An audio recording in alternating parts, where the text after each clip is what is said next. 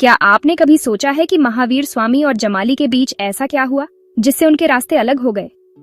ये स्टोरी सिर्फ दो लोगों की नहीं, बल्कि विचारों और प्रिंसिपल्स की भी है। महावीर स्वामी जैन धर्म के 24वें तीर्थंकर थे। स्टार्टिंग में दोनों के बीच गहरा रिश्ता था।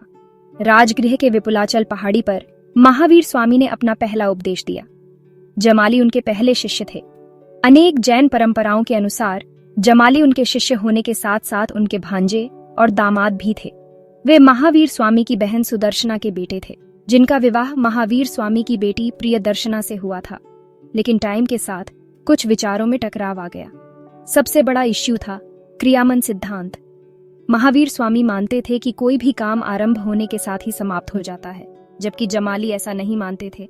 उनका मानना था कि कोई भी काम खत्म होने पर ही समाप्त माना जाएगा, जबकि जमाली यह भी मानता था कि मनुष्य एक ही समय में कई काम कर सकता है, जो स्वामी से भिन्न विचार था।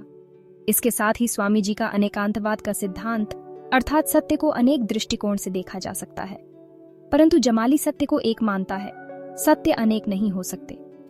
एक तरफ महावीर स्वामी कर्म के इंपॉर्टेंस पर जोर देते थे, दूसरी तरफ जमाली फीलिंग और सोच को प्रायोरिटी देते थे।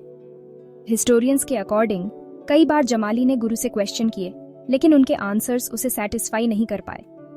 धीरे धीरे ये डिफरेंसेस इतने बढ़ गए कि जमाली ने अपनी पत्नी और 1000 शिष्यों के साथ फाइनली महावीर स्वामी का साथ छोड़ दिया।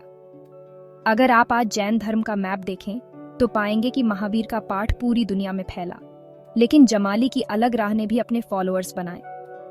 इस स्टोरी से हमें ये सीखने को मिलता है, विचारों का डिफरेंस भी कभी कभी रिलेशंस में दूरी ला सकता है, लेकिन यही डिफरेंस नए रास्तों को जन्म देते हैं। तो नेक्स्ट टाइम जब आप महावीर स्वामी और जमाली के बारे में पढ़ें तो याद रखिएगा, उनका अलग होना सिर्फ एक स्टोरी नहीं, बल्कि सोच की पावर का प्रूफ है।